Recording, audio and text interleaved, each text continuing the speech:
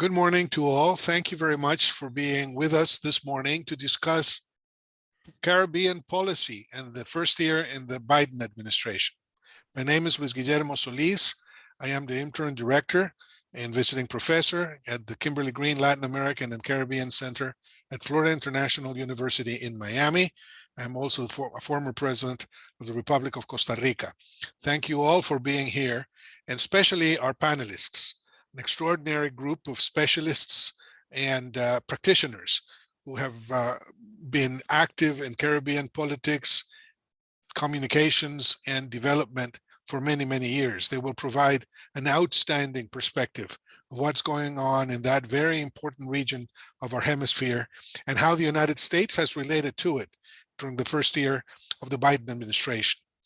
This is going to be the end of the second series of Caribbean policy panels that LAC at FIU and CPC, the Caribbean Policy Consortium, have organized. We for 2 consecutive years, we've done this, we've conducted these very important activities, and I'm glad to say they have counted with a lot of support from our viewers, and also have allowed us to collect a very important number of papers that you will be able to find in our web pages. But more importantly, we are bringing light into the understanding of a region in the Americas that sometimes is left behind, and that we wanted to put in the forefront of our discussions with all the others that conform the main agenda of the Americas. So I would like to especially thank the Caribbean Policy Consortium, its chair, David Lewis, and the other members of the CPC for their willingness to partner with us and for the very valuable work they've done in putting these activities together. Especially today, I would like to commend George Foriol, who's going to be our moderator, who has worked intensively with our panelists to achieve the excellent result that we will see in the next hour and a half. Without further ado, I would like to give the floor now to David Lewis for him also to provide some welcoming words to this very interesting event. Thank you very much. You have the floor, David. Thank you, amigo presidente. Muchas gracias for these 2 years of collaborative support you've provided for us in advancing this new CPC initiative and in being part of LAC's renewed focus and attention on the English-speaking Caribbean. As per its foundational origins back in 1979, when then young professors Anthony Mengo, Barry Levine, and Mark Rosenberg, and a small collaborative stint from the senior Lewis, then visiting professor, started off the LAC journey. I understand your own roots with FIU date back to research work at LAC in 2004 to 2008. So it is easy to understand your appreciation of LAC's Caribbean roots and important role in Caribbean and Latin American studies for 5 decades now. With our new CPC venture, you saw an opportunity to efficiently and effectively solve a need in the LAC agenda, but you also decided to take a risk with us, who, albeit with extensive Caribbean expertise and track records, you did not know us personally and professionally. But the initial química back in 2020 was good, strong, and sincere. And with a virtual handshake, really virtual since we were in pandemic lockdown, in a good Latino and Caribbean fashion, we got off to work. To date, no contract, no MOU, nada. Just a consensus and agreement of issues and topics to tackle the task at hand, and an almost Jesuit-style commitment to work and labor of love, no matter what, which of course does not mean a homogeneous or unified position on all issues, but rather a rich and diverse debate and dissent on ideas and initiatives in our 7 webinars over these 2 academic years.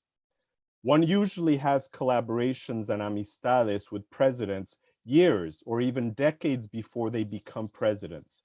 Seldomly does that political animal allow for such engagement after holding political office and presidential grandeur. Presidente Solis Luis is a different political animal, well-grounded and clear in his academic DNA, and I would like to believe that with this CPC engagement, now a fellow Caribbeanist, which of course is how it should be, since his roots are Caribbean, with Methodist grandparentage from Jamaica moving to Costa Rica in the early 1900s and entrenched in that country's rich and rising Afro-Caribbean history, tradition, and national engagement. Luis, you have indicated that this is a full, real, and complete retirement of abueleando, fishing, music, and reading. And I believe you, but also believe me that at some point we will recruit you for some in-person Caribbean event in the region, or maybe even in Costa Rica. Enjoy a well-deserved and earned retirement. Muchas gracias y éxitos. Thank you. Thank you so much. And now, George, it's your turn. Thank you, my David. friend. And thank you, President Solis. I also want to join David in this sort of heartfelt and personal thanks for the work that you've done in connection with the Caribbean world and with CPC specifically. We very much appreciate that. Let me now transition to the substance of today's panel, the state of U.S.-Caribbean relations in the first year of the Biden presidency. I'll just open up with sort of an editorial comment, perhaps, which is, it's, I think, fair to say that this first year inherited the heavy baggage of both U.S. domestic and foreign policy stresses, let alone a global pandemic and its economic impact, and the emergence also of renewed forms of global strategic tensions with potential impact on the Caribbean, the most recently with the war in Ukraine. It may be far away, but all of this has an impact on the character, on the dynamics of U.S.-Caribbean relations, let alone the Caribbean itself.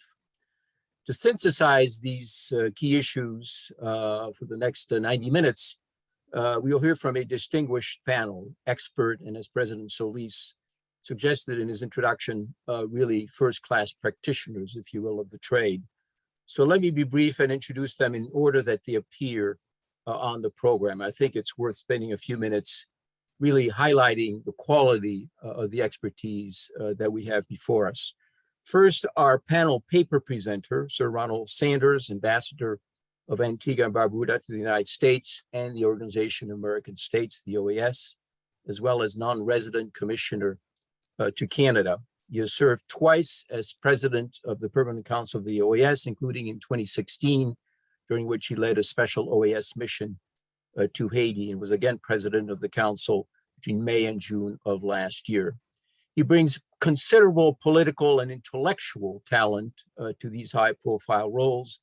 He's on leave from several academic positions, including the Institute of Commonwealth Studies at the University of London, as well as Massey College at the University of Toronto. His diplomatic career includes also serving twice between 82 and 1987 and 96 to 2004 as High Commissioner to the United Kingdom, as well as ambassador to the WTO. Over the years, he served on numerous committees, task forces, advisory boards relating to the Caribbean, to the Commonwealth, and also the relationship with the United States. His public service therefore includes being elected chairman of the Caribbean Financial Action Task Force. He's also for a while elected member of the executive board of UNESCO.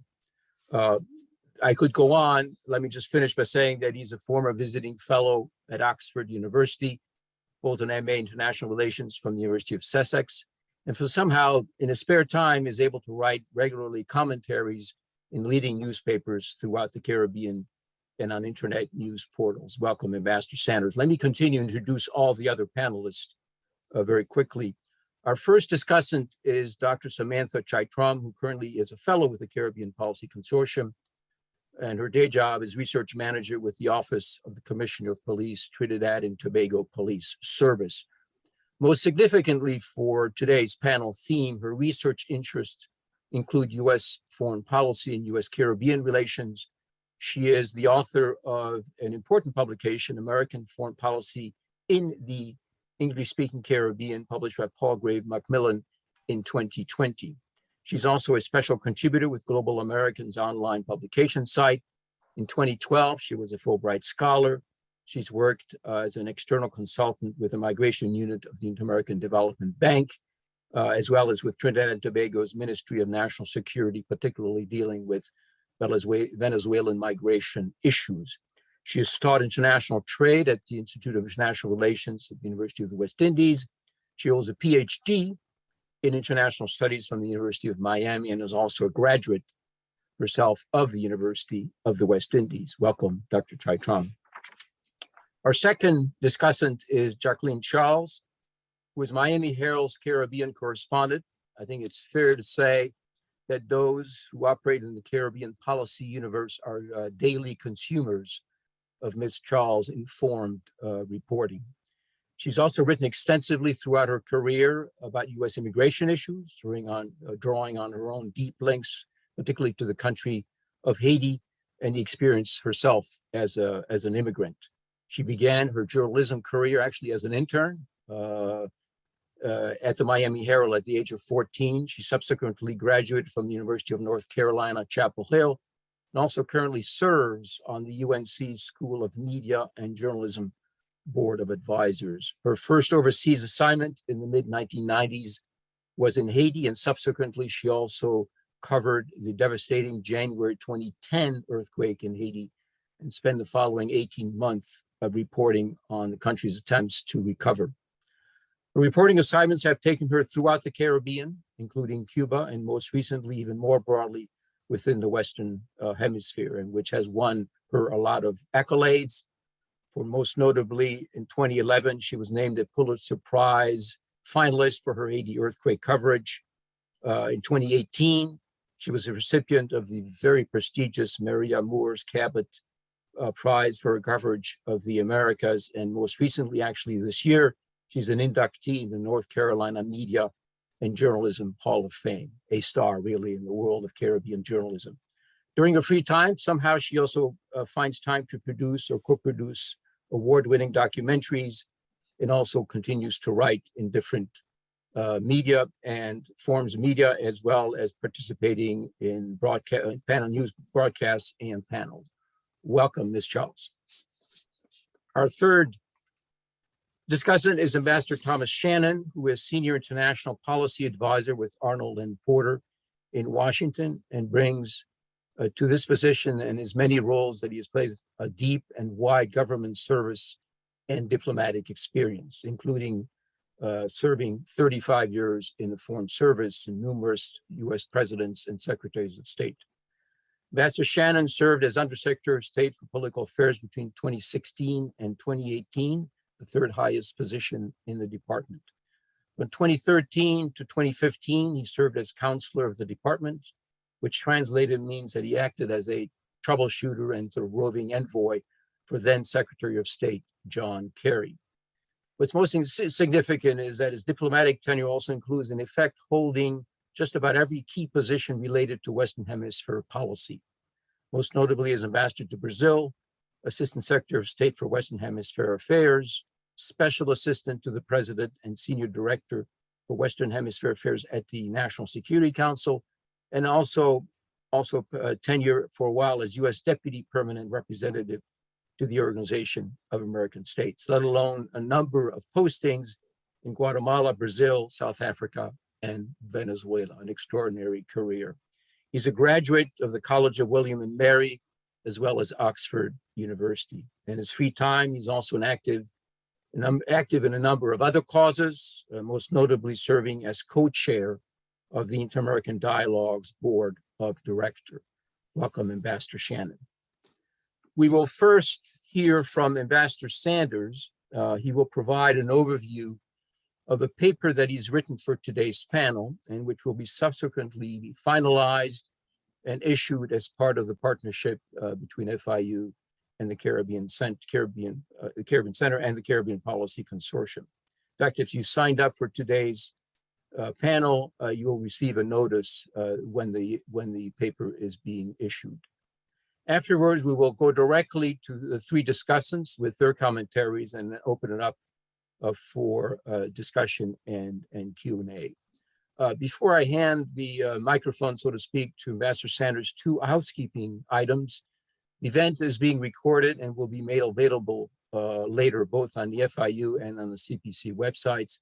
Also, for those in the audience who wish to ask questions, you will see at the bottom of your screen the Q&A function. Please use the Q&A option on your Zoom screen to ask questions, which we will take later on in the discussion. So let me stop here. Ambassador Sanders, the floor is yours. Thank you very much. Without any further ado, I'll go straight into the paper in the interest of time. And let me start by saying that when Joseph R. Biden became president of the United States on January 20th, 2021, he inherited, in the view of many Caribbean countries, a reactionary and indifferent policy toward the Caribbean. He inherited former President Donald Trump's virulent anti-Cuba posture and an equally hostile attitude to Nicolas Maduro, the president of Venezuela. The latter's stance led to his denunciation of Maduro as the president of Venezuela and the US government's recognition of the then president of the National Assembly, Juan Guaido, as the interim president of Venezuela. That decision has continued to haunt US-Caribbean relations and will be a significant issue as we approach the upcoming Summit of the Americas. Trump's interest in the rest of the Caribbean nations was only to secure their support for his position on Venezuela, which he calculated was important to securing votes in South Florida amongst exiled communities for his second bid for the presidency. Hence, he hosted a meeting at his Florida residence, Mar-a-Lago, on March 22nd, 2019, with 5 Caribbean leaders, 4 of whom were prime ministers of Caribbean community CARICOM countries. The purpose was to urge them to side with his government in opposition to other Caribbean countries in recognizing Juan Guaido and to seat Guaido's nominee at the Organization of American States as the representative of Venezuela. He has since also become a member of the board of directors of the Inter-American Development Bank, again, much to the chagrin of many Latin American and Caribbean countries. Now, the meeting at Mar-a-Lago was regarded by several Caribbean leaders as mischief that some persons may be up to seek to divide the Caribbean in a manner in which, quote, we ought not to be divided and therefore reduce the extent of the efficacy of our work, unquote. Now, 2 weeks later, on April 9th, 2019, the 5 countries that were guests at Mar-a-Lago joined in giving a very narrow majority vote at the Organization of American States to seat Guaido's representative, again, much to the chagrin of other Caribbean member states of the OAS. The only other Caribbean country about which Trump had shown any passing interest was Haiti, which he reportedly described, along with African nations, as a shithole country. His officials subsequently denied that report, but the damage had been done. And this attitude effectively summed up his administration's perceptions of the Caribbean. Ultimately, the CARICOM countries were left divided by his policies and strategies toward the region. In the dying days of his tenure as Secretary of State, Mike Pompeo placed Cuba on a list of state sponsors of terrorism that the United States draws up unilaterally. As an extension of that listing, in its June 2020 Trafficking in Persons tip report to the US Congress, the US State Department stated that, quote, there was a Cuban government policy or government pattern to profit from labor export programs with strong indications of forced labor, particularly its foreign medical missions program, unquote. The department's questionnaire sent to Caribbean governments in December 2020 included a new and sinister section which threatened that any government that continued to accept medical brigades from Cuba would be regarded as an accessory to human trafficking. Now, clearly, this did not sit well with Caribbean governments, not only because each of them had sought, received, and greatly valued the help of Cuban medical brigades, but also because of the inference that they were contributing to and involved in human trafficking. Trump also left a policy of climate change denial, including the intention to withdraw from the 2015 Paris Agreement on Climate Change and a steadfast refusal to provide any funding to combat climate change. Since Caribbean countries are amongst the worst victims of the effects of climate change, while they are the least contributors to the greenhouse gas emissions that cause it, they were especially disturbed by this US policy. Then, as the COVID-19 pandemic spread throughout 2020, Caribbean countries looked to the World Health Organization, the WHO, and the Pan American Health Organization to help them cope with unprecedented healthcare challenges. Trump's decision on July 6, 2020, to withdraw from the WHO a year later, depriving it of resources when Caribbean countries needed them most, was regarded as callous, unfriendly, and uncaring. All of this had unintended, but not unsurprising consequences of pushing those Caribbean countries with diplomatic relations with the People's Republic of China closer to the Chinese government, which was continuing to contribute to financing for adaptation to climate change and to the WHO's programs to help developing countries cope with the pandemic. Caribbean governments, for the most part, also felt threatened by Trump's America First policy, not only because that policy cut back aid generally, but because it targeted reduced funding for the global and hemispheric organizations to which they looked for help. This was exacerbated by the buying and hoarding of anti-COVID-19 vaccines, depriving Caribbean countries of access to vaccines to save their people's lives.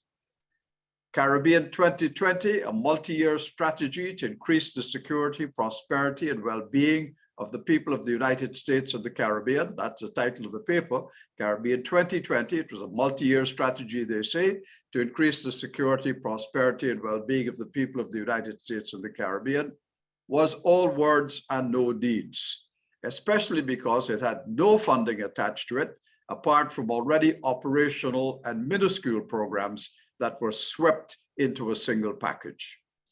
It was against this background that President Biden came into office. The time was therefore ripe to shift toward a meaningful Caribbean policy.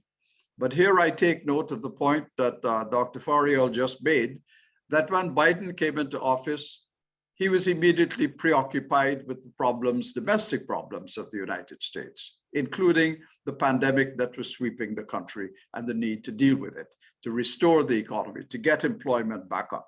And then he was confronted with international issues such as Afghanistan and the quagmire in which the United States found itself. So one understands that he was preoccupied with these things. And then, of course, we've had this event of the Russia-Ukraine development, which is probably since the Second World War, the biggest problem that a United States president has had to face. In any event, it was against that background that the president came into office. The time, as I said, was therefore ripe toward a meaningful Caribbean policy. Now, the president immediately took global, non-specific Caribbean initiatives from which the region did benefit and which were welcome. He recommitted the United States to the Climate Change Accord. He pledged US money and held a climate change summit. He also recommitted to the WHO and eased the financial squeeze on the organization to which the Caribbean looked for help to obtain vaccines and for fighting COVID-19. He dropped the America First policy, which gave Caribbean countries some comfort. He emphasized multilateralism, restoring some confidence in the international system, which Caribbean countries regard as their safeguard against aggression and a platform by which they could raise their voices and be heard. But his administration has failed to elaborate and roll out a specific Caribbean policy. And he has certainly not attempted to consult with the Caribbean leadership on what such a policy should look like. The Biden administration's actions in the Caribbean area focused in his first year principally on Haiti as a force of circumstance, particularly in trying to contain its rapid decline into chaos. However, his policy intensified two issues inherited from the Trump government. These are Cuba and China. As it relates to Cuba, President Biden appears to have abandoned a position he himself had set out in a 2016 paper entitled Building on Success: Opportunities for the Next Administration. In that paper, Biden had argued that, quote, because of the way President Obama and I have prioritized improving relations with our neighbors, including the opening up to Cuba, the United States standing in the hemisphere has never been higher. The next administration should build on this momentum to strengthen the security and prosperity of people throughout the Americas, unquote. Instead of following his own advice, he's continued the Trump policy of treating Cuba as a terrorist state, ramping up hostile positions toward the Cuban government, including implicating Caribbean governments in human trafficking if they accept medical brigades from Cuba. But the alienation of Cuba and forcing the region to take sides is a source of tension with CARICOM countries. As his policy relates to the People's Republic of China, almost from the moment that the administration began, it launched a campaign in the Caribbean urging that investment from China be curtailed and labeling investment and concessionary funding agreements as debt traps and discouraging other connections. The vacuum that has been left by the United States since the 1990s has been filled by the People's Republic of China. And it would be unreasonable for the US government or the US Congress to expect Caribbean countries to defer or delay their urgent development needs, waiting for the United States to refocus its attention on the region. Further, the terms of China's loans to many Caribbean nations have been far more concessionary, even than the World Bank and the IMF loans to lower and middle income countries.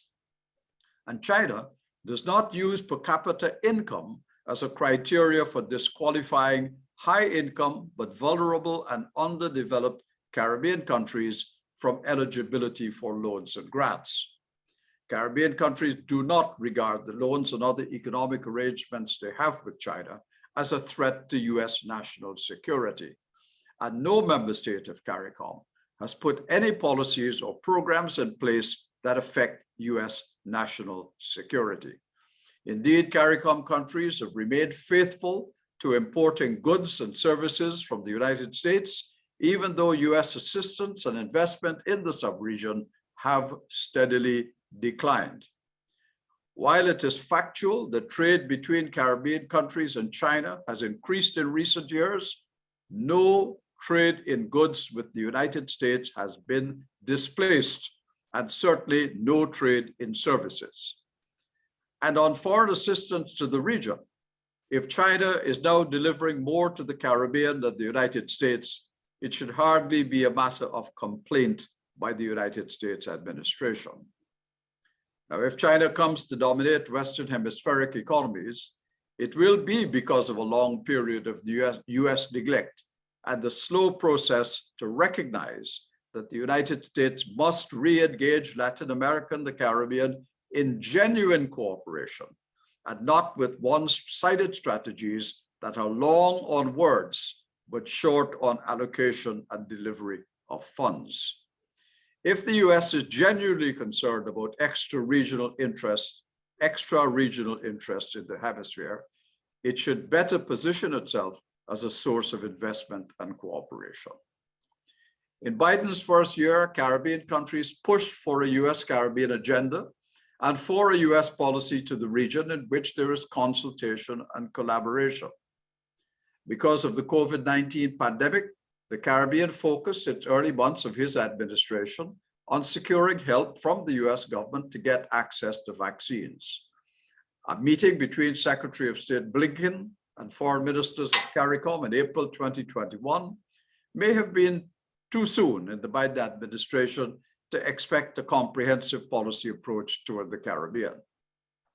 Nonetheless, nothing concrete came out of that meeting, except that in a statement afterwards, CARICOM foreign ministers said that Blinken, quote, stated that he would engage his colleague US cabinet secretaries on the issues of mutual interest raised by the CARICOM ministers, unquote. The State Department readout of the meeting, however, made no mention of the undertaking attributed to Blinken by the CARICOM foreign ministers. It merely said that he, quote, emphasized the strong partnership between the United States of the Caribbean, plans to manage the COVID-19 pandemic, and promote a regional economic recovery, cooperation on increasing climate resilience, and continued collaboration on strengthening security, democratic values, and human rights, unquote. Now, at the time of that meeting, India and China had already donated anti-COVID-19 vaccines to the Caribbean. While CARICOM countries could not access vaccines from pharmaceutical companies because rich nations, including the United States, had purchased the entire production for 2 years and had stockpiled quantities larger than their populations, in some cases 3 times larger than their populations. The Biden administration was slow to respond to the urgent pleas of CARICOM governments for vaccine access. When the response did come, in August 2021, it made a significant difference and in all likelihood, not only saved the lives of a large number of Caribbean people, but also helped the countries, particularly the tourism-dependent ones, to restart their economies. But by then, US rivals had already stolen the diplomatic march on this vital issue in the Caribbean. Now, the Biden administration will lose influence in the region by neglect, particularly of the issues that the governments of the region consider priorities. The absence of a US government policy on the Caribbean that seeks congressional funding to give that policy muscle opened a space for the introduction in the US Senate on February 7th of this year of a bill entitled the Western Hemispheric Security Strategy Act of 2022. The bill was proposed by 2 senators, Republican Marco Rubio and Democrat Bob Menendez, and it was referred to the Senate Foreign Relations Committee, which is where it is now in process. According to Senator Rubio, this bill was introduced, quote, at a time when the destabilizing impact of authoritarian regimes and transnational criminal organizations, in addition to the malign activities of state actors like China and Russia, pose risks to US national security, end of that quote. It should be noted that there is no evidence of any military presence in CARICOM countries or of any capacity of the Russian government to influence CARICOM governments. There is also little economic investment by Russia in CARICOM countries and virtually no official development assistance. When Russia invaded Ukraine in February of this year, CARICOM governments issued 2 very strong statements of condemnation, and the majority voted in favor of 2 UN General Assembly resolutions criticizing Russia's aggression toward Ukraine and voted to suspend it from the UN Human Rights Council. The majority of CARICOM countries also voted at the Organization of American States in favor of resolutions in March and April that respectively describe Russia's aggression in Ukraine as a violation of international law and suspended its status as a permanent observer at the organization. The Rubio-Menendez bill was introduced with no input from Caribbean governments or any other official Caribbean representative organization. Therefore, the interests and perspectives of Caribbean countries are not reflected in the bill. However, if this bill is adopted and funded by the US Congress, it will become the only overarching guiding law for US activities in the Caribbean, constraining US government action and failing to respond to genuine Caribbean concerns. Now, there's a mistaken view within officialdom in the United States that the countries in the CARICOM area are dependent on generous contributions of aid and investment from the US, and that US purchases of Caribbean goods and services are major contributors to the growth of Caribbean economies. In reality, US aid and investment to the Caribbean, with the exception of Haiti, have dwindled since the end of the Cold War in 1990.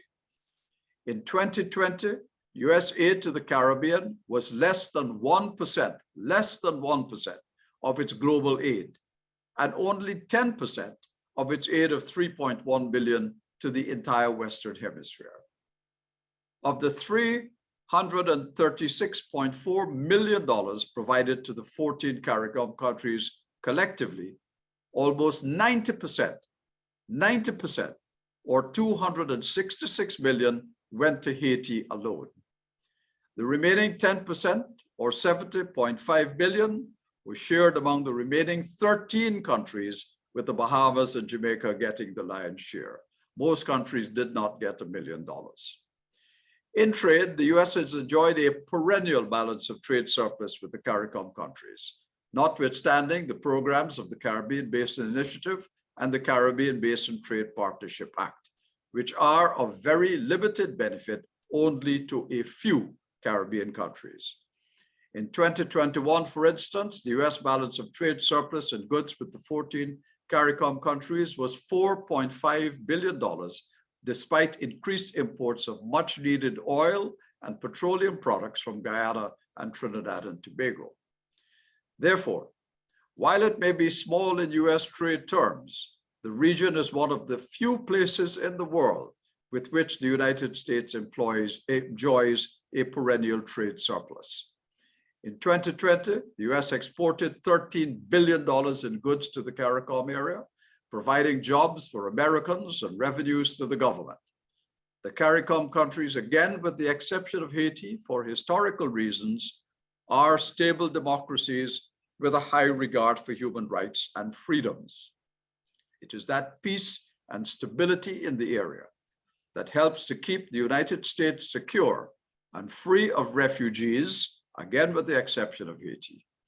CARICOM countries are also willing partners with the United States in the fight against organized crime, drug trafficking, money laundering, and terrorism financing, and tax enforcement, notwithstanding the unsubstantiated claim that many of them are tax havens, as reflected, for example, in the State Department's annual International Narcotics Control Strategy Report, which also deals with money laundering, based on a flawed methodology that relies on anecdotal evidence rather than verifiable data. The fact of the matter is that every CARICOM country cooperates fully with the United States and has signed and implemented tax information exchange agreements, mutual legal assistance treaties, and intergovernmental agreements to implement the United States Foreign Account Tax Compliance Act. As it relates to oil production in the Caribbean, with significant oil and gas discoveries and production in Guyana and large quantities also discovered in Suriname, joining Trinidad and Tobago as producers of oil and petroleum products, the United States now has a nearer shore source of friendly countries from which to secure supplies, ensuring its energy security and lowering the costs of delivery. Of significance in that context is that amid the oil shortages and high prices caused by the Russian invasion of Ukraine and the consequential measures against Russia, the United States used its voting power at the Inter-American Development Bank to deny a Guyanese private sector consortium of $180 billion loan that had already gone through a 2-year approval process, including environmental impact studies. For all these reasons, the US ought to be seeking to strengthen its relations with CARICOM countries, including by helping them to address challenges, some of which are directly attributable to the US, such as climate change. The context of flagging these issues is the repeated acknowledgement by the US that the Caribbean is its third border. In this regard, United States security is tied to the security of the Caribbean. Caribbean countries themselves have adopted the position that security is multidimensional, and while it must contain some military and law enforcement aspects related to drug trafficking, arms trafficking, and money laundering, it also critically includes the following. 1, the provision of financing by institutions and governments for adaptation and building resilience to climate change, particularly as the Caribbean is one of the greatest victims of climate change while being one of the least contributors to its causes. 2, improving the conditions under which Caribbean countries access financing for development from the international financial institutions and donor governments at concessionary rates, including changing the criteria to one based on vulnerability rather than per capita income. 3, they need actions by friendly governments to bolster democracy, including human rights and civil rights and freedoms, by the provision of funding at affordable terms for economic development and human development.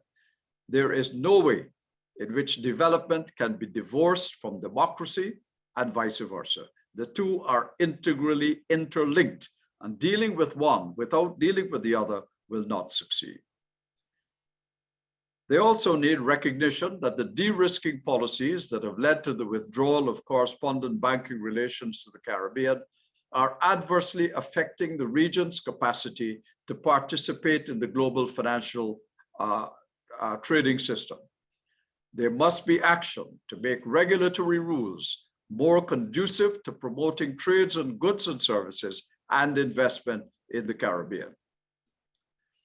There's also an urgent need to address energy security by providing investment and funding to establish renewable energy resources and to transition from fossil fuels. Now, the COVID-19 pandemic decimated many CARICOM economies for most of 2020 and 21. Unprecedented costs of providing health services while government revenues declined drastically increased the indebtedness of those countries, including to the World Bank and the IMF. At the end of 2021, 7 of the 14 independent CARICOM countries were among the top 10 Latin American and Caribbean countries with a debt to gross domestic product ratio of between 91.8% and 157.4%. 4 other countries ranked among the top 15 with debt to GDP ratios between 72.5% and 88.6%. The limitation on the fiscal space of the majority of Caribbean governments means that they will be unable to stimulate economic growth, increase employment, and reduce poverty. In turn, worsening conditions will affect the region's capacity to continue to purchase US goods and services, to maintain robust law enforcement agencies, including to combat drug trafficking, and to sustain economic and social conditions that discourage irregular migration and refugees, and also strengthen democratic norms. Therefore, implementation of a program to restructure and forgive debt that is a major impediment to economic growth is absolutely imperative. That situation has deprived Caribbean governments of the ability to use fiscal policy to promote growth, reduce poverty, increase employment, curb crime, and discourage consequential irregular migration. To conclude, in year 1, the Biden administration did not establish a policy toward the Caribbean, except in relation to Cuba and China. In year 2, the Biden administration should remedy this neglectful situation, which has encouraged Caribbean governments to gravitate to other nations that have extended much needed economic and financial cooperation. It has been now 7 years since a US president held a meeting with CARICOM leaders. The last meeting was between President Barack Obama and CARICOM leaders in April of 2015. A good way to begin the formulation and implementation of a Caribbean policy would be an early meeting between President Biden and Caribbean leaders, preceded by working groups of representatives that could shape a meaningful agenda for the discussion. Thank you.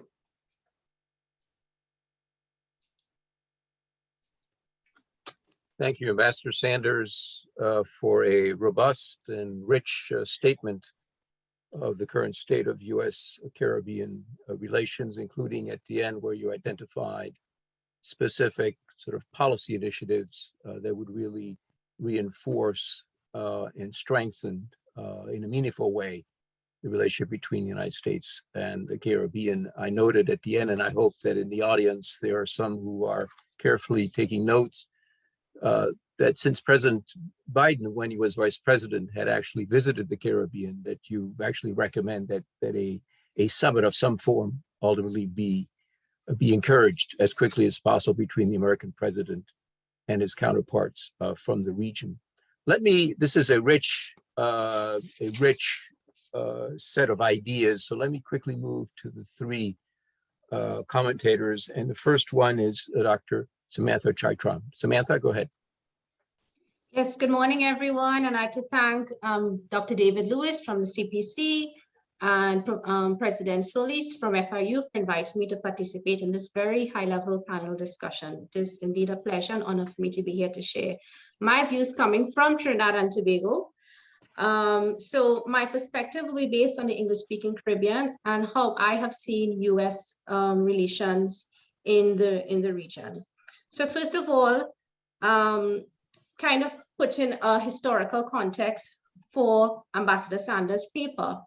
U.S.-Caribbean relations has been actually quite consistent for the last 20 years. If we look at from President Bush to Obama to Trump and now to President Biden, there has been more continuity than change in the actual policies and actions that have taken place over the last 20 years.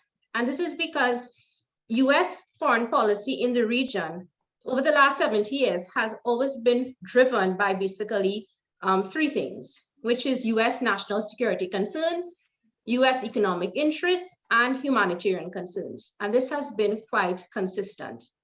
Now, if we want to measure U.S. engagement, 3 ways of looking at of that can be 1, U.S. foreign aid, which I will go into a little bit of detail afterwards, high-level diplomatic engagement, and the launching of presidential initiatives. Now, President Biden in his early days launched an initiative called SALP, which is the Small and Less Populous Island Economies Initiative. I have tried to find more information on this, and nothing is available except the areas which they plan to address, which include economic growth, climate change, development finance, humanitarian and social programs, diplomatic education, cultural programs, political and security programs. I do not know which Caribbean nations are a part of this initiative. And so perhaps later on in discussion, if someone can provide information regarding this. The Summit of the Americas has usually been a forum where presidents launch their initiatives. So President Bush launched his Third Border Initiative at the Summit of the Americas in 2001. President Obama launched the Caribbean Basin Security Initiative in Trinidad and Tobago in 2009. And perhaps we don't know, it's still early days. We don't know what the Biden administration may launch in the upcoming Summit of the Americas.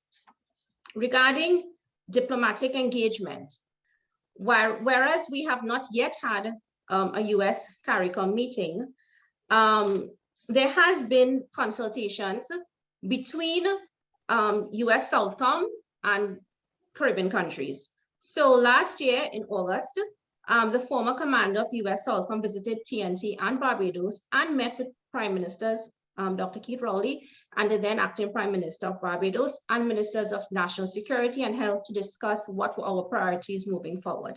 So there has been some consultation. April in 2022, there was a recently concluded Caribbean Nation Security Conference, and they outlined several priorities, which included climate change, COVID-19 assistance, disaster preparedness, capacity building, women, peace and security, state partnerships program, training and education exercises, detection, monitoring, and information sharing. So at least from the Department of Defense perspective, they have outlined what are their priority areas for engagement with the region moving forward. Some also positive things to note. USAID has opened an office in the US Embassy in Port of Spain. That's a very positive indication. And based on their Eastern and Southern Caribbean regional development strategy, they have focused on 4 priority sectors, which include financing sustainable development, citizen security, education, and resilience. And the embassy has also advertised for 2 positions for 2 development assistance specialists, which will be who will focus on climate change and security. So this kind of gives an idea of where USAID's priorities will be for the next, the strategies for 2020 to 2025. Now, living in the Caribbean, you kind of see more of the US engagement if you live here. So for instance, the US hospital ship, which is the USNS Comfort, I believe it's called, they came in TNT in 2019. This was under President Trump. And they plan to return at the end of 2022, and they offered many services for TNT nationals and Venezuelan migrants who benefited from surgeries on the ship and all of that. Now, health diplomacy has been an area of development which started under President Bush, under the PEPFAR program for funding for HIV, AIDS, malaria, and tuberculosis. That is one area which has been consistent throughout the last 20 years and which has continued to receive funding under President Obama, President Trump, and now President Biden. Also, in addition to finally receiving the vaccines, because I myself was waiting on a Pfizer, which didn't arrive until late last year. And so I received Chinese vaccines. And then when the American vaccines arrived, I was able to receive a Pfizer booster. So in addition to the vaccines, the US has donated several field hospitals to Caribbean governments to cope with the COVID-19 pandemic. Security assistance. Whereas diplomatically, President Trump kind of had this divide and rule strategy. If you look at the actual funding and the activities which were going on, they were quite consistent, at least in security. So for the last 5 years, the US government provided $10 million in security assistance to the government of Trinidad and Tobago. And these initiatives have been continuous. Recently, last year, the US funded a crime scene simulation facility for the Trinidad and Tobago Police Service. I'm just explaining, giving some examples of some tangible activities which really benefit the citizens. $750,000. Now, it may seem a small amount, but if you work in the police service like me, we could not find the money to set up this crime scene simulation facility. And it really would help us with our evidence collection, our simulations, and to lead to more successful prosecutions. Another area which USAID has committed for this year is to assist the government of TNT in tackling human trafficking. And Jamaica, in February 2022, the government of Jamaica, Ministry of National Security, and the US government signed violence prevention in targeted vulnerable schools and communities in Jamaica, the first of its kind, with USAID providing $4.2 million and the Ministry of National Security in Jamaica providing $3 million of its own resources. Now, Ambassador Sanders already mentioned in his paper that Jamaica has received the bulk of USAID. The aid comes to the Caribbean, but some countries have received more than others.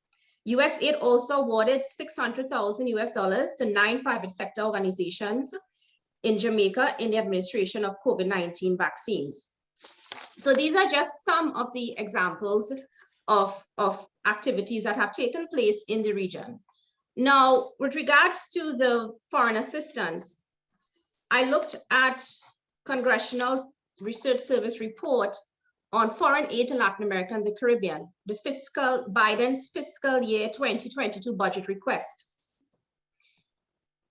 It's nearly $2.1 billion of foreign aid for Latin America and the Caribbean fiscal year 2022. However, almost half of that is going to Central America in combating, in looking at the drivers of migration from Central America. So the bulk of the money, which is $860 million, is being allocated to Central America.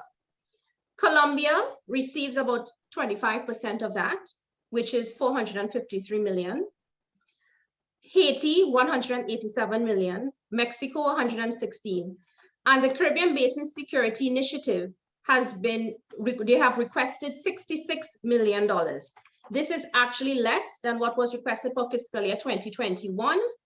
And it's a decline, it's a cut of 5.4% for the CBSI program. And that is of a concern to me because look, if you live in the Caribbean, China and Russia are not causing instability, all right? What is causing instability is really the violence and the crime that is plaguing the region. Inside Crime in their homicide roundup for 2021 listed Jamaica, Trinidad and Tobago, and Belize in the top 5 most violent countries. 49.4 per 100,000 is the homicide rate for Jamaica, followed by Venezuela, 40.9, followed by Honduras, 38.6, followed by Trinidad and Tobago, 32 per 100,000, and Belize, 29 per 100,000. Okay, so it's really the violence that is causing instability here. And the majority of these homicides are committed with firearms. The IDB did a study, a survey, and they used data from 2015. And they compared the English-speaking Caribbean countries to see how many homicides were committed with firearms. And in 2015, 73% of the homicides were committed with firearms in Jamaica and Trinidad and Tobago, and 82% of these were committed with firearms in the Bahamas. Data from the Trinidad and Tobago Police Service has shown in 2021, this figure has significantly increased. 84% of the murders were committed with firearms in Trinidad and Tobago in 2021, and 77% of the murders were committed with firearms in 2020. So if the United States wants to look at what is really causing instability in the region, it's really the violence and the crime, and that should be their focus, not China and Russia, which this bill proposes. Now, if the result of the bill is that we get more aid and assistance, well, I'll be happy about that. But I think the justification for proposing the bill is flawed. And with that, I think I will conclude because I think I've exhausted my 10 minutes, and I will leave my comments for the last 5 minutes of the session. Thank you, Dr. Chaitram. You have a sense, listening to both your comments as well as Ambassador Sanders' opening paper overview, that there are a lot of initiatives and sort of micro initiatives that the United States is engaged in throughout the Caribbean, but sort of a jumble of efforts that maybe lack perhaps a sort of a certain policy coherency that's understandable, both for American policymakers to some degree, let alone the Caribbean. Let me move on to the next commentator, Ms. Charles. Jackie, go ahead. Hi, good morning. Thank you for having me. So my comments basically going to be based on just the reporting that I've done in the region. And I actually had the pleasure of joining the former head of U.S. Southern Command, Craig Fowler, to Trinidad and Barbados on that trip last year. And then prior to that, we went to Jamaica, as well as Haiti and the Dominican Republic. And so what that allowed me to do was to basically hear from, some of these leaders on the ground about their own frustrations and concerns about U.S. policy or the lack thereof. Ambassador Sanders raised some very pertinent issues in his paper on U.S. Caribbean relations. Prior to President Biden, we saw a divide and conquer strategy coming out of the U.S. policy toward the Caribbean under Trump. I admit that, if you look at it from a scholarly point point of view, probably not much has changed. But today, regional leaders are waiting for action, correction, and a clear policy.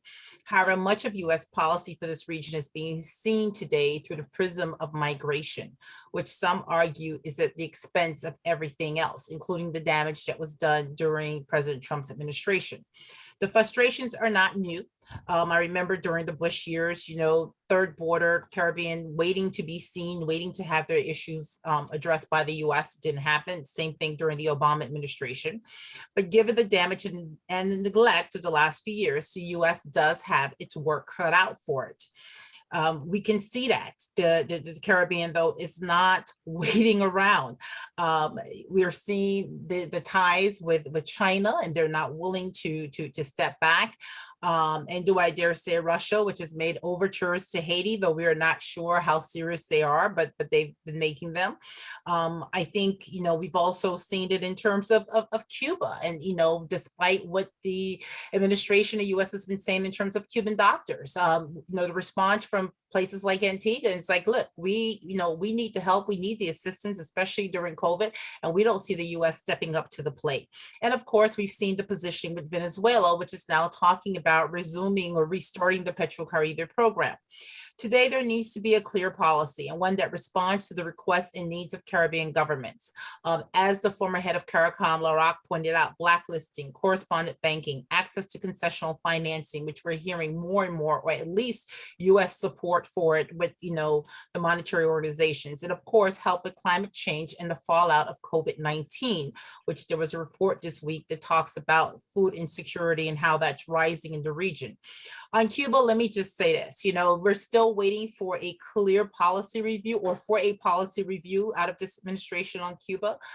Cuba, of course, has not made a change of Cuba policy from the US easy, especially with the crackdown of last July, the stiff sentences. We have minors, people under the age of 18 who have been sentenced and in jail in Cuba.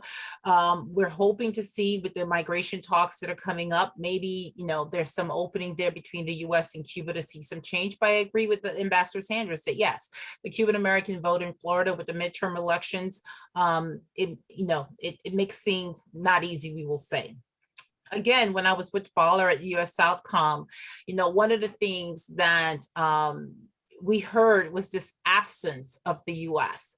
And while I appreciate, the various initiatives that Dr. Chaitram just, mentioned, the reality is that Craig Fowler, he heard the frustrations, he heard the complaints. And so he really made himself sort of like the US ambassador in these regions, to talk to these defense leaders, to have meetings with prime ministers, to really push to get, the hospital ship, to get the assistance to Trinidad, for instance, when the COVID numbers were going up, to get that, temporary hospital facility. So yes, you need the support of members of Congress, but I would also argue that a lot of that was his initiative out of US Southcom. On Haiti, the administration needs to make a decision, and frankly, they need to be okay with whatever decision that is. We've seen mixed messaging out of the administration, we've seen hesitancy, and we are also seeing repeat of the past mistakes. Decisions about Haiti where no Haitian is at the table in terms of funding or what's going on the ground. And when you get the list of organizations that were invited, there's not one national NGO from Haiti that's there. And for me, what I've heard from people, even if they fail to articulate it, but that has sort of been the root of it, is that when decisions are made in the international community about assistance to Haiti or programs, when you look at who's sitting around the table and discussing what's going on, it's not the people who are the closest to the people on the ground. We saw that after the 2010 earthquake. Today, we continue to hear the administration say Haitian-led solution, but what is that solution and how is it being facilitated? We've heard a lot about strengthening the police, but what good is strengthening the police when you have a justice system that doesn't exist? Today, the court system is completely shut down because of the gang violence and because lawyers can't even go to court without risking being kidnapped. We have judges today that are afraid to take on the most important investigation in Haitian history, perhaps the assassination of a president just 9 months ago. tomorrow. Paris, or rather Port-au-Prince, is burning, literally. Gang violence since Sunday has led to the death of at least 18 people that we know of.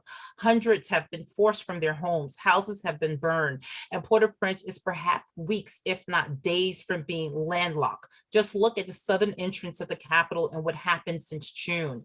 You can't cross Montesson today without risking getting kidnapped or killed. How many casualties before real action? Is the U.S. willing to have uncontrollable chaos at its doorsteps? Is it willing to respond simply by telling Americans to get out? While Haitians clearly have a responsibility in what's happening in their country, the U.S. and others in the international community cannot ignore their roles and cannot continue to be afraid of examining past decisions and failed policies and looking at why they have failed in order to have a genuine conversation with Haitians from all sides of the spectrum, sitting at the same table on solutions and on the way forward. Thank you. Thank you, Jackie, including your alarming assessment of the character of political dynamics in Haiti today and sort of the need for the international community, particularly the United States, to come to grips with that. Let me move to the last commentator, Ambassador Thomas Shannon. Ambassador Shannon. Thank you very much, George. It's a great pleasure to be here. Wonderful panel, a great discussion so far. I'm very grateful to CPC and to FIU for the invitation to participate today, and especially to David Lewis and President Solis. It's quite bracing listening to the commentators. I think Ambassador Saunders did a remarkable job in presenting a Caribbean view of how US policy looks. The hopefulness with which the election of President Biden was met, but the real disappointment so far at the lack of a coherent, integrated, and comprehensive approach to the Caribbean. And I think that Samantha and Jackie have done a good job at reminding us that there is a degree of continuity in approach, although it's continuity, if we were playing baseball, I would call it small ball continuity. In other words, doing a lot of small things, driven over time by the initiatives of bureaucracies that have lasting interests in the Caribbean, with U.S. Southern Command and the Department of Defense taking a lead on security and transnational drug trafficking issues. And then, of course, Jackie laying out the larger problems that we face in a region dominated by very polarizing issues such as Cuba and Venezuela, but also frustratingly endemic issues or chronic issues like Haiti. And her very eloquent and elegant effort to remind us that Haiti is in the midst of not just a governmental implosion, but a societal implosion is deeply distressing and disturbing, and actually should make the Caribbean a focal point of US Western Hemisphere policy. My comments I will keep relatively brief, simply because we have a larger discussion to get to. But it's my hope that with the Summit of the Americas soon to be held in Los Angeles, and with the United States hosting, that this will be an opportunity, first and foremost, to break this 7-year absence of meetings between US presidents and Caribbean leaders, which is shameful, quite frankly, and something that really needs to be addressed. Because absent that kind of high-level meeting, it's going to be very hard to catalyze the US bureaucracy and the US government and get it to engage with its Caribbean partners in the manner in which it needs to be done. Secondly, this is a summit that should have been held a year ago, and at the very beginning of the Biden administration, and it should have focused entirely on the pandemic and its impact, both in terms of public health structures and the ability to provide vaccines and treatments to people. Secondly, the economic consequences of COVID and the effort to restart economies through investment and trade. And then a special focus should have been put on education and youth. That can still be done. And it's my hope that at the Summit of the Americas, the pressing global issues, which will have a place, obviously, don't overwhelm or swamp the ability of the leaders at the summit to stay focused on the very real need of addressing the consequences of a pandemic that have killed more people in the Western Hemisphere than any other part of the world, and have had a deeper and more lasting impact economically than any other part of the world, which highlights the globalization of the region and the interdependence of the region.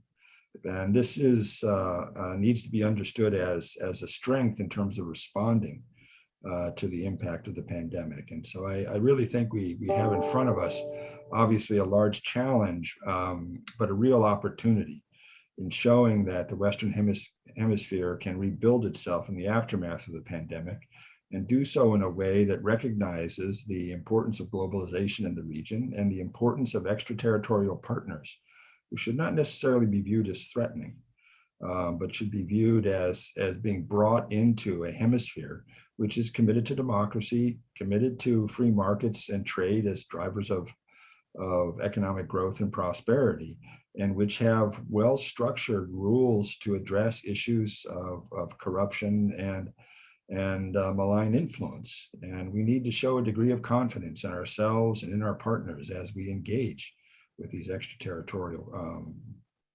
countries who are interested in the region.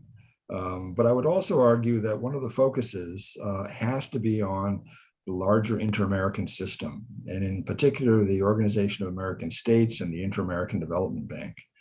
One of the grave tragedies of the last decade or so is that the polarization of American politics and politics elsewhere in our hemisphere has infected these inter-American institutions.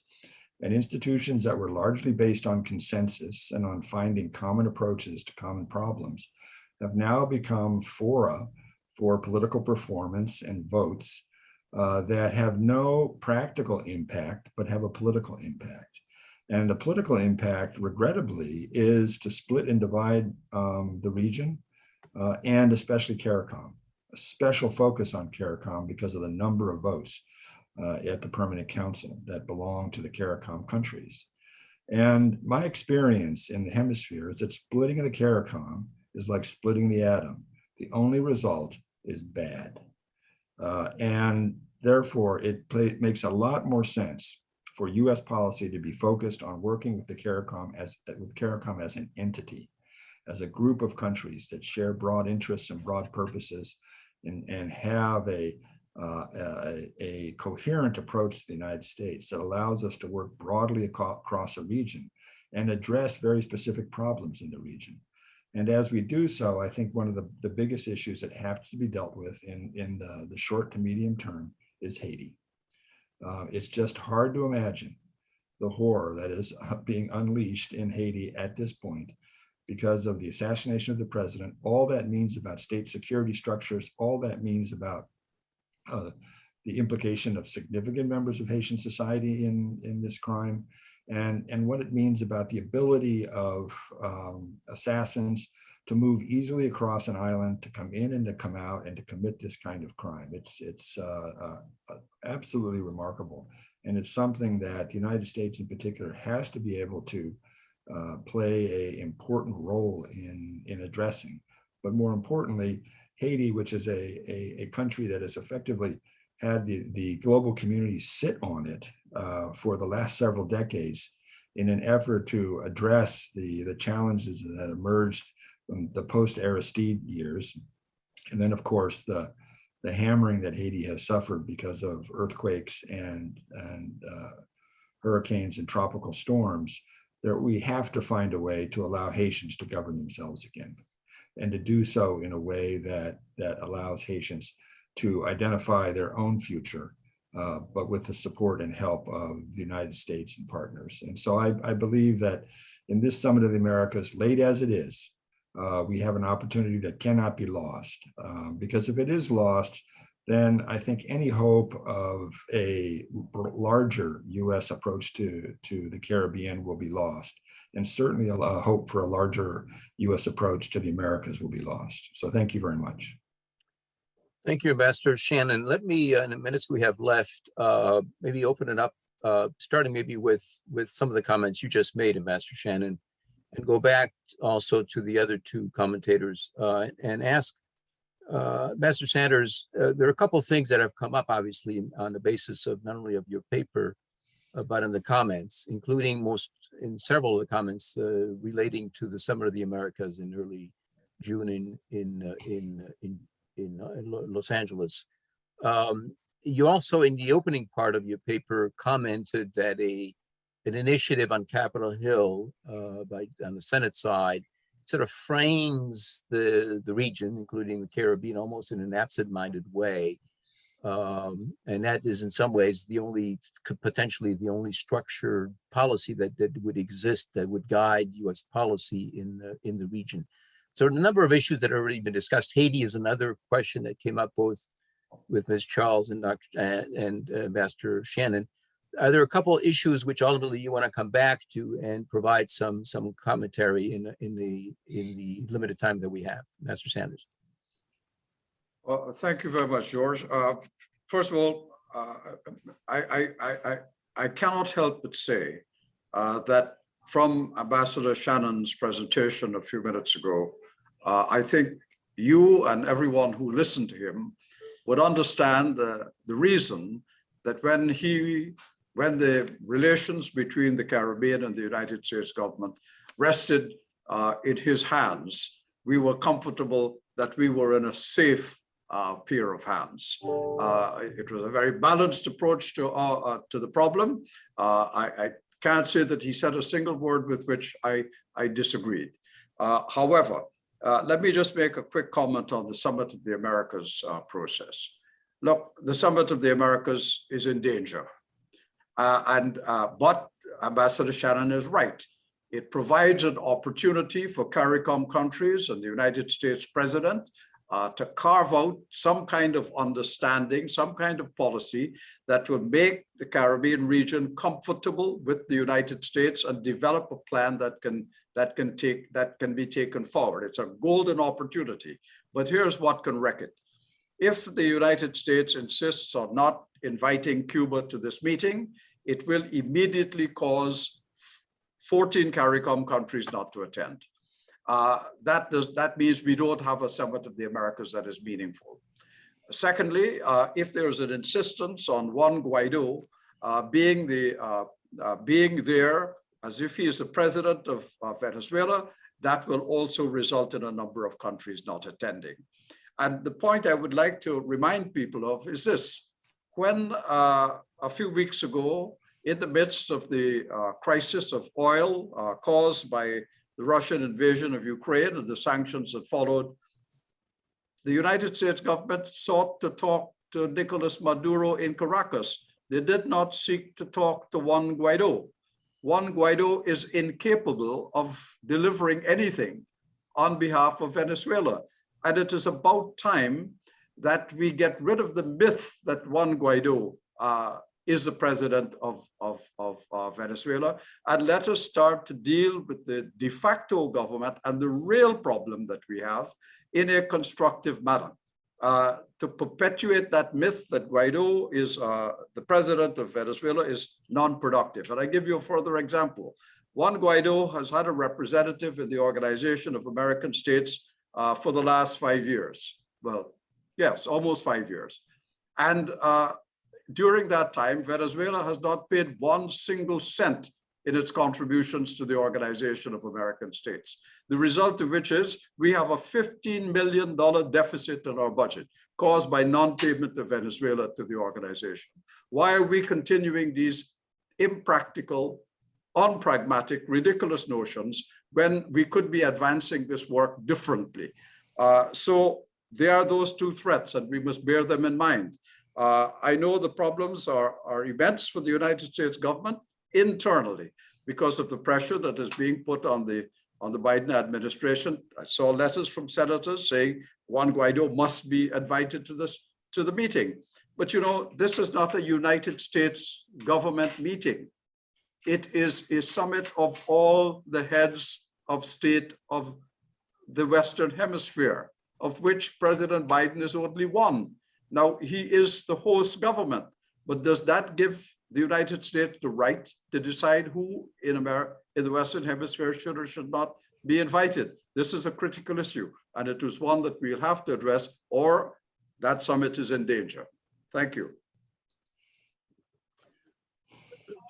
Let me pursue the discussion a little bit in an area where there were some references both in Ambassador Sanders' comments, opening comments, but onto several of our commentators also sort of alluded to it to some degree, which is the role, the influence of who influences Caribbean, the shaping of U.S. Caribbean policy.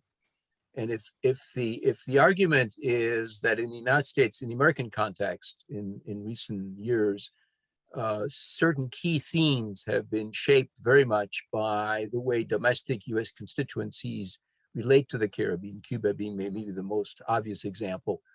What does that really mean in terms of the role of the Caribbean diaspora, the Caribbean community living in the United States, in terms of its ability to shape or reshape the character of U.S. engagement in the Caribbean, as well as in some ways the specific dynamics that ultimately need to be pushed forward when it comes to the current state of U.S. Caribbean relations. The problem, obviously, is that the diaspora is made up of a number of different communities. The most visible one may be the Cuban American community, but there are other communities, Dominican, English-speaking Caribbean itself, to smaller groups. Obviously, there's the Haitian American community. I'd like the panel to sort of address that question in terms of what role do they see the Caribbean diaspora living in the United States active in politics? What role do they play ultimately in shaping, maybe arguably improving, if you will, the level of engagement of the United States and the Caribbean? Well, George, let me say, being in Miami, where I have both. I have the Cuban American population, and I have the Haitian American population. Clearly,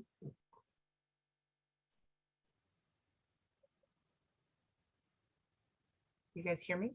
Yes. Okay, clearly what we see with the Cuban American population, that they have been able to shape US policy toward Cuba, through their elected officials, through their political muscle, their political pull. Being in Miami, you would think that they're even the majority in terms of the Hispanic population, but that has been changing. But they are powerful for all intents and purposes. We see it play out in terms of U.S. immigration policy, in terms of how Haitians are treated who come versus Cubans who come into the United States and are undocumented. But the frustration that I always have is when I hear U.S. policymakers sort of put all of this on, well, why can't the Haitians all have one position? Why can't they? And I keep saying, if you're waiting for the diaspora community, which is not monolithic, which, has its various viewpoints, to all come around and see things one way, in order for you, the U.S., to make a decision, then nothing's going to happen. When you look at the Cuban American experience, we can go back to Bay of Pigs, and that's why they're Republicans. I mean, there was this one event that happened, and that sort of divided, and it brought them together. I grew up with a Cuban stepfather. My first introduction in life was, to Cuba politics and the Cuba thinking. But I think that we have to get out of this notion of waiting for the diaspora. I think that we have to decide, if we're going to be making decisions based on U.S. national interests and policies, what is that going to be, and just make a decision. I mean, one of the things you hear in international circles is U.S. policy toward Haiti is always about Haitians coming on the shores of South Florida. Well, today they are arriving. We've had 5 boats since November. And I'm being told by people on the ground that there are boats every week. The only reason why there probably were no boats this week is because there's no fuel in the country at the moment. But if we're always going to have this reactionary policy, then I think that we're going to be 10 years, 20 years from now, we're going to be having the same discussion with the same results. Comments from the other panelists on this issue? If I could just quickly follow up on what Jackie said. Diaspora communities have historically played important roles in fashioning U.S. foreign policy, from Irish to Germans to English to Cubans to Venezuelans to you name it. But unfortunately, what happens then is that the interests of these groups become tied into domestic politics, and they end up reflecting a fairly narrow understanding of U.S. national and strategic interests in an issue or in a country. And so I think Jackie's right. I think what we need to be doing, I mean, obviously we want the diaspora to be involved. Obviously there's much that can be learned and taken from them, especially in terms of their remittance relationships and how they communicate back to their homelands.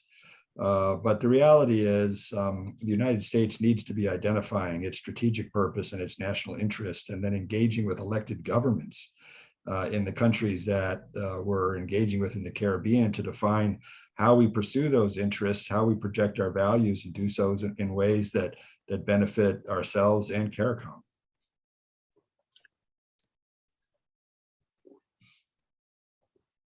Ambassador Sanders, do you have any comments in terms of for example, your role as a Caribbean ambassador in your interaction, if particularly with the sort of the CARICOM constituency among the diaspora? Well, George, here's the problem. CARICOM, apart from Haiti, is a total of just over 6 million people. Our diaspora, therefore, in the United States is minuscule. Our largest diaspora, apart from Haiti, comes from Jamaica, because Jamaica has the largest population, of course. So we don't have the kind of clout in numbers in the diaspora community that the Cubans have, or that the Haitians potentially have, but are not utilizing properly. We certainly don't have the capacity of the Venezuelan exile community, because they too are pretty large and outnumber us greatly. More than that, our diaspora tends to be scattered. They're not in any one particular place where their numbers are so great as in Florida with the Cubans that they can make a difference. So the diaspora impact on the politics, the diaspora impact of the Caribbean on the politics of the United States rides largely on the Black Caucus in Congress, where it is that one singular thing of racial identity and ethnic identity that drives that relationship. But I think Ambassador Shannon is quite correct that in the end, Caribbean policy by the United States must be made in relation to what it sees its needs and purposes are, and how those dovetail into what Caribbean elected governments regard as in their interests and security, including their economic interests. That's what has to be dovetailed. It is the work between the governments that is important. And that is where the concentration must be. And that, frankly, is what has been lacking, not only over the last 7 years when there's not been a summit, but in every other way as well. Ambassador Sanders, I'm almost tempted to, since we're almost out of time, to conclude here, but let me kind of ask a closeout question to all of the panelists that actually picks up on what you just said. Looking at the remainder of this calendar year, 2022, what would be, or what in your thought is sort of the major event or activity or policy initiative or country that ultimately is likely to be the most significant feature in terms of shaping the future of U.S.-Caribbean relations? I mean, one sort of general idea that seems to have emerged from this discussion is that it would be helpful if the President of the United States actually met with his counterparts from the region, something like that. That's rather general. But let me go through the panel in the reverse order that they initially appeared and ask you that sort of general question: a major significant issue to keep an eye on when looking at the Caribbean and the character of U.S.-Caribbean relations for the remainder of this year. Let's start with Ambassador Shannon. Well, first, I would urge for a meeting between the U.S. president and the Caribbean leadership. I think it's essential. Absent that, it's going to be very hard to fashion any kind of cooperative agenda.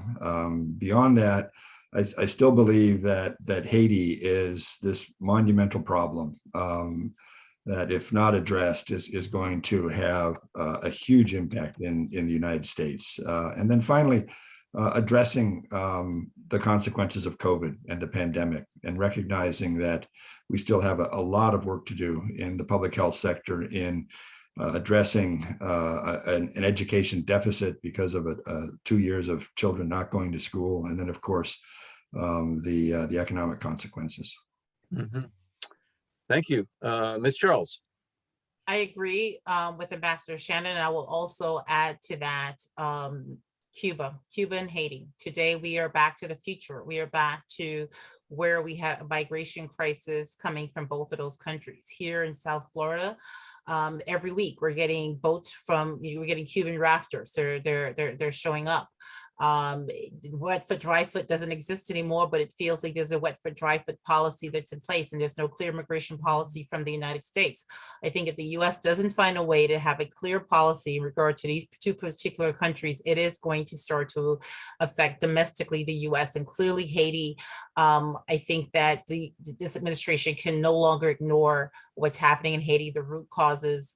Blinken yesterday was addressing the Senate appropriations. He didn't talk about the ongoing violence, but he talked about violence and criminality, and he seemed very pessimistic.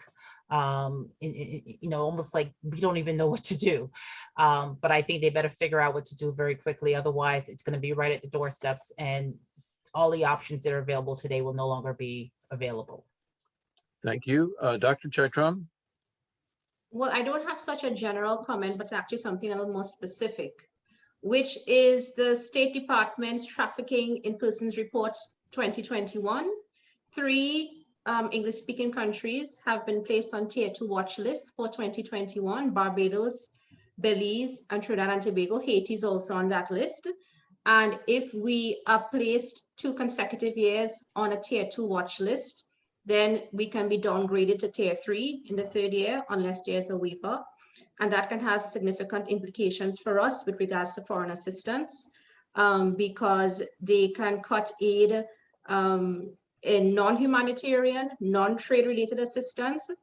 It can also affect our loans from the IMF, because the president can instruct the US Executive Director of the multilateral development banks to deny loans. And it can also impact our education and cultural exchange programs, because they can also deny government officials or employees for participating in those. So that's a concern for the US government and for the Caribbean, that we try to not be downgraded even further. Thank you. It's just a reminder that some of the detail and the small stuff that I think Master Shannon mentioned in passing is actually sometimes very important. Master Sanders, you have the last word. Thank you very much, George.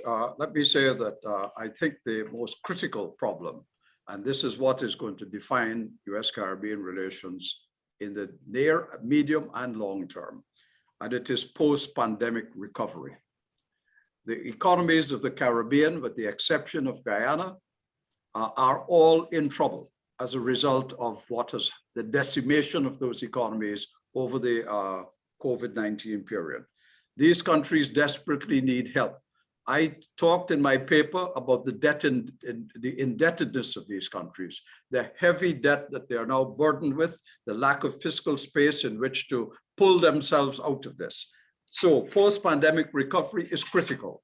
And the United States has to recognize that unless the Caribbean gets help with that post-pandemic recovery, including dealing with debt and also with changes in the international, in the criteria by which the international financial institutions give concessionary loans to these countries, the Caribbean is going to sink into greater economic difficulty and poverty.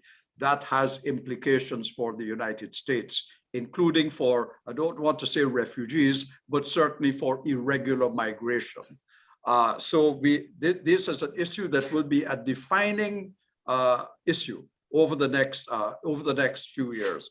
And of course, there is always the elephant in the room, looming very large: climate change. Remember, the Caribbean is amongst the greatest victims of climate change and makes the least contribution to it. The United States, I think, is now the world's largest polluter in terms of carbon emissions, maybe second only to China. But in any event, it is a large contributor to what causes climate change and therefore the destruction of economies in the Caribbean. The Caribbean will look to the United States for those reasons, for some kind of compensatory mechanisms that will allow them and their societies to survive. Thank you, Ambassador Sanders. I mean, what the comments from all of our panelists underscore is the critical seriousness of really trying to re-energize the character of U.S. Caribbean policy, which after a period of to be charitable, disarray and sort of a last year of disappointments, really is now hitting some really critical issues, critical arenas. Just to pick up on what Ambassador Sanders just mentioned, the kind of the economic aspects of the post-pandemic era are critical, and unless addressed very carefully and quickly, will in fact generate even more problems in the other arenas that some of the other panelists also mentioned, including issues related to movements of individuals in the region, issues of insecurity, and the kind of the quality and character of governance throughout the region. I highlight also what has been mentioned highlighted by several of our panel members, including some of the initial presentations, is the need early on in this calendar year for some form of a real substantive summit between the President of the United States and his counterparts in the region. And then finally, obviously, the kind of uncertainty about ultimately the character and the outcome of the Summit of the Americas in June, and particularly its Caribbean component, which is critical and probably, I think, from a distance by many people not looking at this carefully, may be underestimated as to how this could ultimately go wrong and very badly. I hate to sort of end on a rather somber note, but I think it highlights the character and the seriousness of this discussion. We've run out of our time. Let me then thank all the panelists again for their substantive and serious contributions in exchange. I wish we had more time. It's in some ways in the character of these sessions that we've had, CPC and FIU, that are sort of underscore the fact that we need to have more of these discussions, policy-oriented, substantive discussions with expertise that only bring kind of a sense of reality and seriousness to this discussion. Thank you all for participating in this panel today, and have a good day. Thank you so much. Bye-bye now.